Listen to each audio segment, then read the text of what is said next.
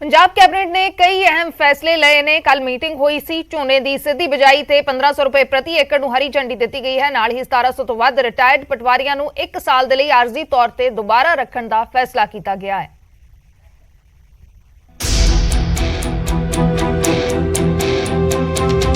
मुख्यमंत्री भगवंत मान की अगवाई च कैबिनेट की मीटिंग हुई।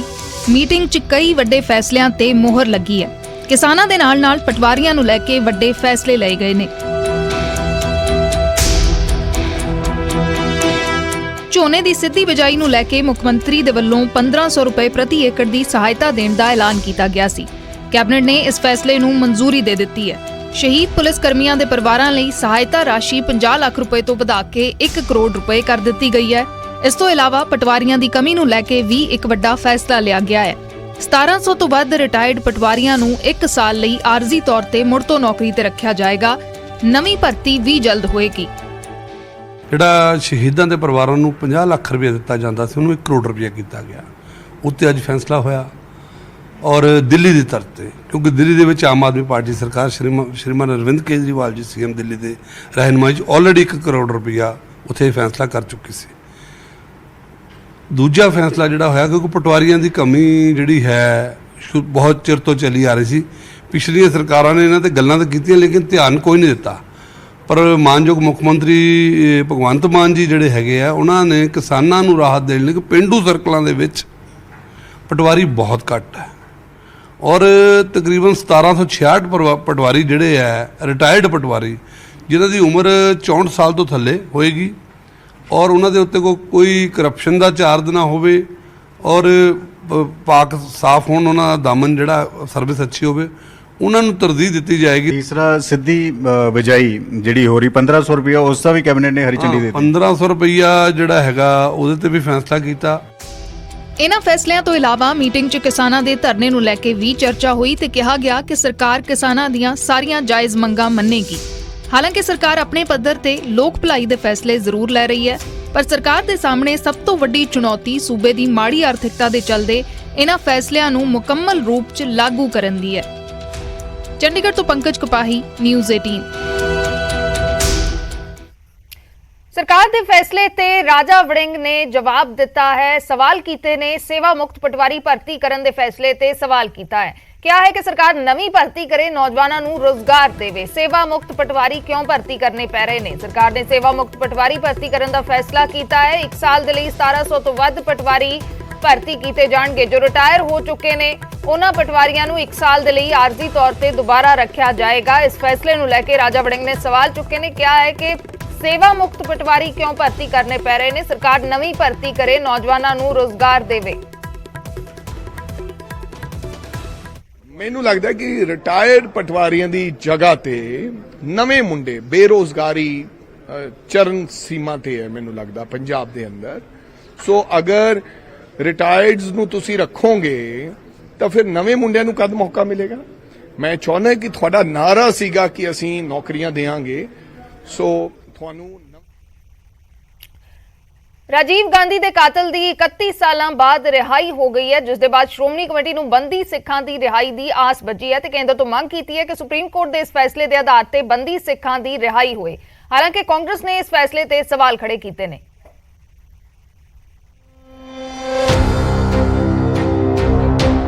जिथे एक पासे बंदी सिखां दी रिहाई दी मंग हो रही है, इसे मंग नूं लैके जीपीसी वालों कमेटी भी बनाई गई है ते इस दे विचाले तमिलनाडु तो यह तस्वीरां सामने आईयां ने।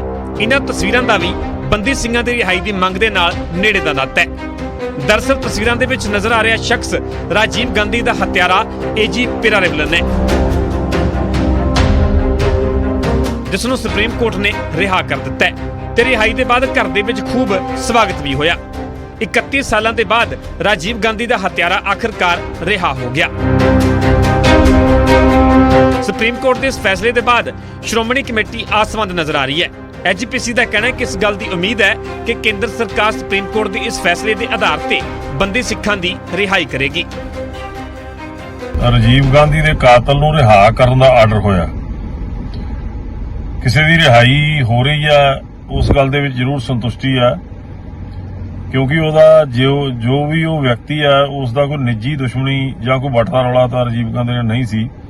जो भी कारण बनया ਸੋ ਅੱਜ ਅਸੀਂ ਇਹ ਗੱਲ ਸੋਚਣੀ ਚਾਹੁੰਦੇ ਹਾਂ ਕਿ ਜੇ ਦੇਸ਼ ਦੀ ਸੁਪਰੀਮ ਕੋਰਟ ਏਡੇ ਵੱਡੇ ਪ੍ਰਧਾਨ ਮੰਤਰੀ ਦੇ ਕਾਤਲ ਦੇ ਬਾਰੇ 'ਚ ਇਸ ਤਰ੍ਹਾਂ ਦਾ ਫੈਸਲਾ ਲੈ ਸਕਦੀ ਆ, ਤੇ ਸਾਨੂੰ ਹੈਰਾਨੀ ਹੈ ਇਸ ਗੱਲ ਦੀ ਕਿ ਹਿੰਦੁਸਤਾਨ ਦੀ ਸਰਕਾਰ ਇਸ ਗੱਲ ਲਈ ਸਮਰੱਥ ਕਿਉਂ ਨਹੀਂ ਦਿਖਾਈ ਦੇ ਰਹੀ, ਖਾਸ ਤੌਰ ਤੇ ਸਿੱਖਾਂ ਲਈ।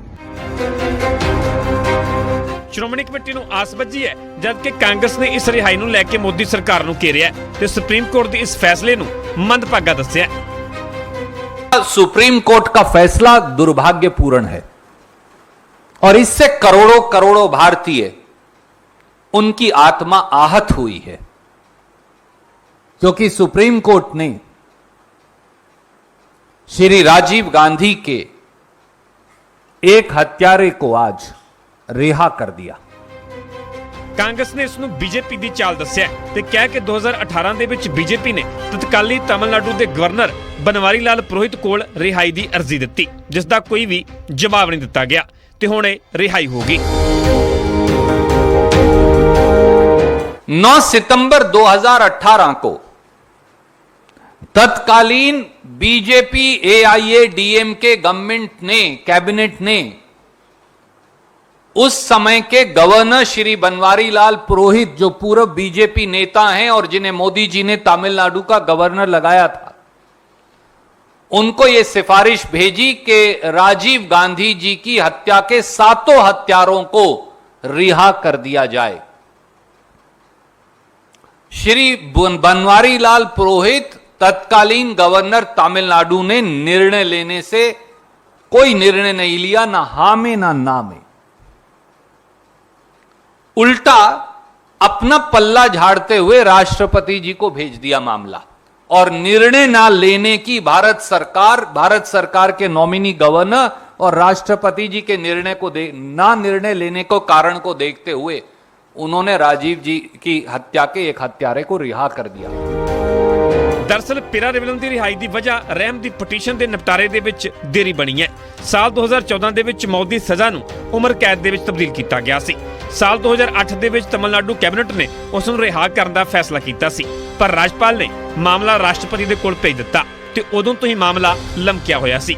ਤੇ ਹੁਣ ਸਵਾਲ ਹੈ ਕਿ ਕੀ ਇਸੇ ਆਧਾਰ ਤੇ ਬੰਦੀ ਸਿੱਖਾਂ ਦੀ ਰਿਹਾਈ ਹੋਵੇਗੀ? ਜਿਹੜੇ ਸਿੱਖ ਕੈਦੀ ਆਪਣੀ ਸਜ਼ਾ ਪੂਰੀ ਕਰ ਚੁੱਕੇ ਨੇ, ਉਹਨਾਂ ਦੀ ਰਿਹਾਈ ਦੇ ਵੱਲ ਕਦਮ ਵਧੇਗਾ?